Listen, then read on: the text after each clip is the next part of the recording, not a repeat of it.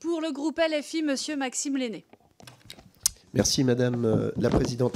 Madame la rapporteure, chers collègues, alors Madame la rapporteure, je partage évidemment votre constat alarmant. Je note que Monsieur Vogetta du groupe EPR n'a pas eu un mot pour ce constat alarmant, c'est-à-dire l'explosion des factures d'énergie ces dernières années, l'explosion de la précarité énergétique évidemment qui s'ensuit pour les ménages, les difficultés croissantes pour les collectivités, on l'a vu avec des fermetures de services publics locaux, et la fragilisation des entreprises qui explique en bonne partie la multiplication des faillites. Il nous faut donc à la fois des mesures structurelles et des mesures d'urgence.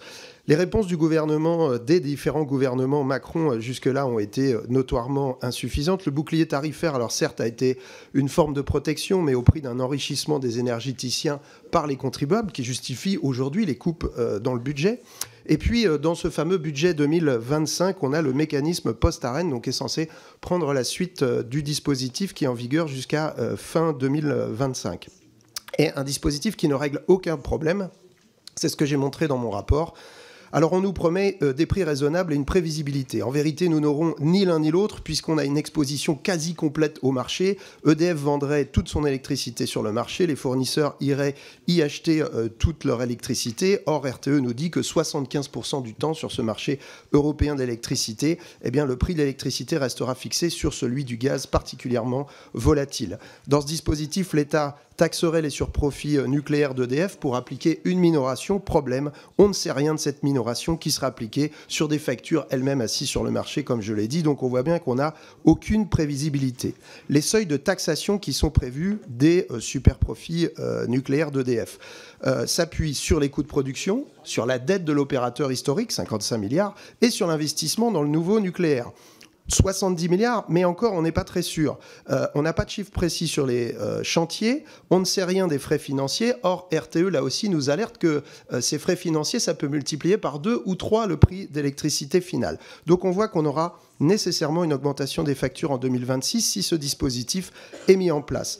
Les économistes nous disent plus 10% sur les ménages, peut-être plus 40% sur les entreprises et en particulier les énergo-intensives. Et d'ailleurs, les services et les cabinets ministériels ont refusé de nous donner des simulations. Donc cet article a été largement battu. J'espère qu'il ne reviendra pas par la fenêtre. Il nous faut des mesures structurelles. Il y en a dans cette proposition de loi sur les TRVE basées sur les coûts du système électrique français, le retour des TRVG et des mesures d'urgence puisqu'il faut faire face, vous l'avez rappelé, 30% des Français vont avoir froid cet hiver, c'est intolérable. Donc il nous faut le blocage des prix de l'énergie sur 12 mois et l'encadrement des marges de raffineurs. Ces mesures sont plébiscitées par 85% des Français et par tous les électorats. Évidemment, ce texte est perfectible et donc j'invite les groupes qui peut-être hésitent un peu à travailler avec nous des amendements pour la séance et en attendant à voter ce texte aujourd'hui. Merci. Merci Monsieur Lenné. Madame la rapporteure.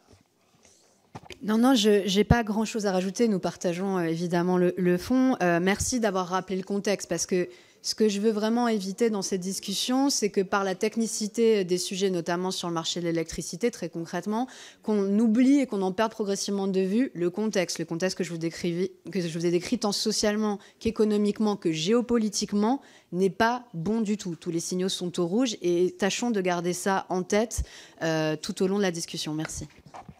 Je vous remercie. Pour le groupe socialiste, Madame